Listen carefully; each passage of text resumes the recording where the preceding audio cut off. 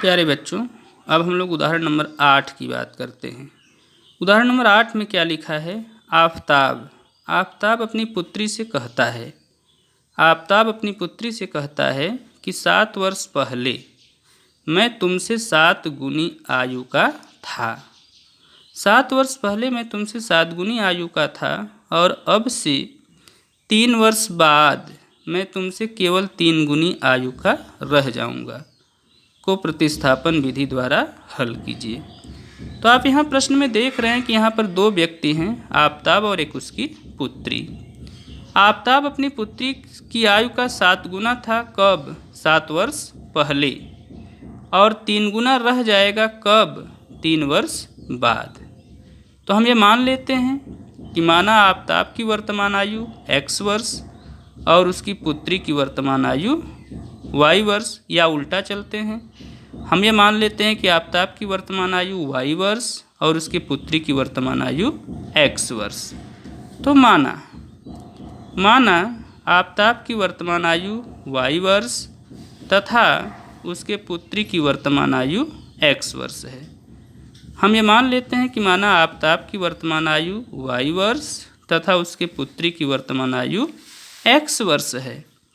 तो हम 7 वर्ष पीछे चलते हैं। अब से 7 वर्ष पीछे, तो 7 वर्ष पहले आफ़ताब की आयु क्या होगी?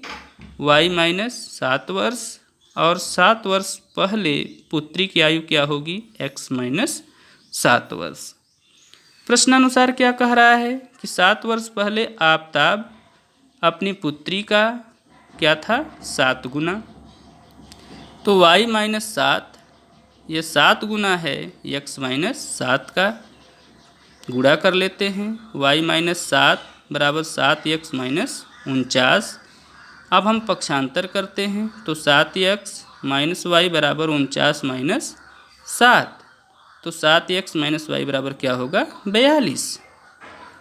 अब पुनः प्रश्न में कह रहा है कि अब से 3 वर्ष बाद, तो अब से 3 वर्ष बाद, तो हम 3 वर्ष बाद जो है आफ़ताब की आयु निकालते हैं y प्लस 3 वर्ष, और 3 वर्ष बाद उसके पुत्री की आयु क्या होगी? x प्लस 3 वर्ष। तो प्रश्नानुसार क्या है कि 3 वर्ष बाद आफ़ताब अपनी पुत्री की आयु का क्या है? 3 गुना। तो y प्लस 3 बराबर 3x प्लस 9, पक्षांतर कर लें तो y बराबर क्या होगा? 3x प्लस 9 माइनस 3, तो y बराबर क्या होगा? 3x plus 6। अब देखिए y के इस मान को हम समीकरण नंबर 1 में रखेंगे। तो y समीकरण 2 से y का मान समीकरण 1 में रखने पर, समीकरण 2 से y का मान समीकरण 1 में रखने पर, तो रखते हैं 7x माइनस ये y का मान बराबर क्या है? 42। तो हल करते हैं 7x माइनस 3x माइनस 6 बराबर 42। ये हो गया क्या? 4x बराबर क्या? 42 प्लस 6, तो 4x बराबर क्या? 48 हो गया। तो x बराबर क्या होगा? x बराबर होगा 48/4, तो x बराबर 12। अब देखिए x का मान आ गया 12। जब x का मान 12 आ गया तो x के मान को हम समीकरण 2 में रखते हैं। x का मान समीकरण 2 में रखने पर, जब x का मान समीकरण 2 में रखेंगे तो y बराबर क्या होगा? 3 गुणे 12 प्लस 6, तो y बराबर क्या हो गया बेटा? 36 प्लस 6, तो y बराबर क्या हो गया? 42। ठीक है। अतः आफ़ताब की आयु क्या होगी बेटा? 42 वर्ष। उसके पुत्री की आयु क्या होगी? 12 वर्ष। ठीक है, पुत्री की आयु क्या होगी? 12 वर्ष।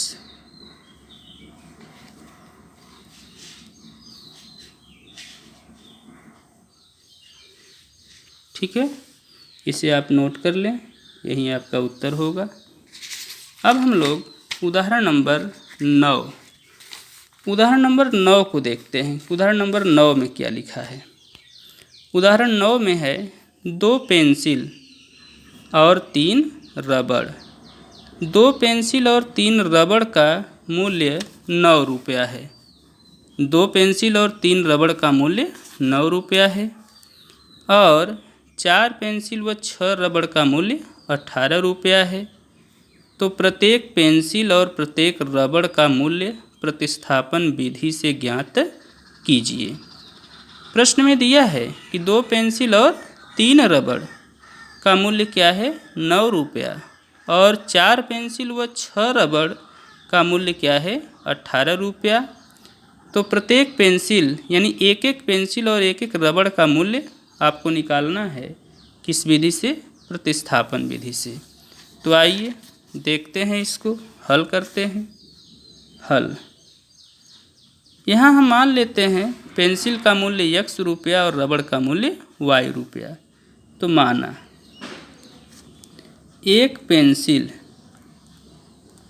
पेंसिल का मूल्य, माना एक पेंसिल का मूल्य x रुपया तथा एक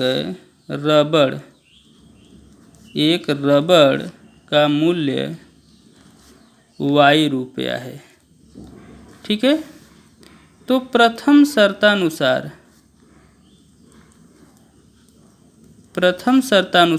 2 पेंसिल है तो 2x रुपया हुआ, 3 रबड़ है 3y रुपया हुआ, दोनों को जोड़ दे तो कुल हो गया कितना 9 रुपया। ये समीकरण 1। अब देखिए द्वितीय शर्तानुसार क्या होगा, कितना है 4 पेंसिल तो 4x रुपया, 6 रबड़ 6y रुपया बराबर क्या हो गया 18। ठीक। अब ये हो गया समीकरण 2। ये समीकरण 2 हो गया। अब हमको करना क्या है, प्रतिस्थापन विधि से इनका हल ज्ञात करना है। ठीक है। तो प्रतिस्थापन विधि से हम इनका हल ज्ञात करेंगे, देखेंगे। तो देखिए समीकरण 1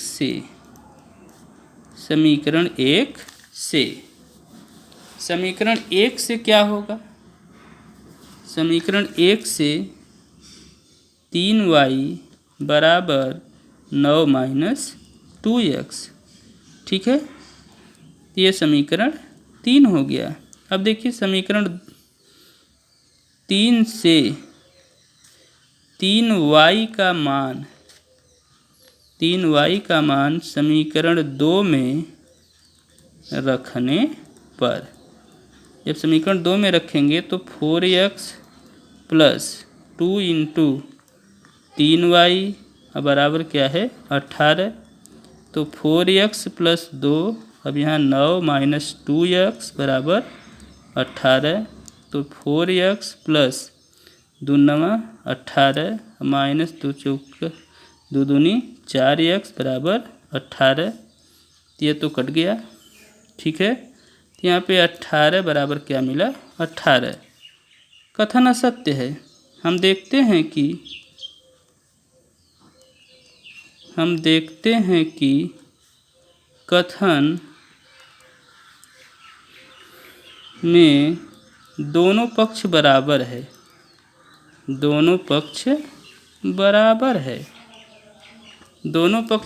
है। अतः यहाँ पर x व y का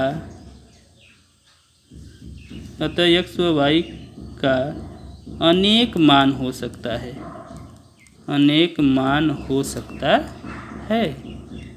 x व y का अनेक मान हो सकता है। ठीक है। यही आपका क्या हो जाएगा बेटा, आंसर हो जाएगा। इसे नोट कर लें।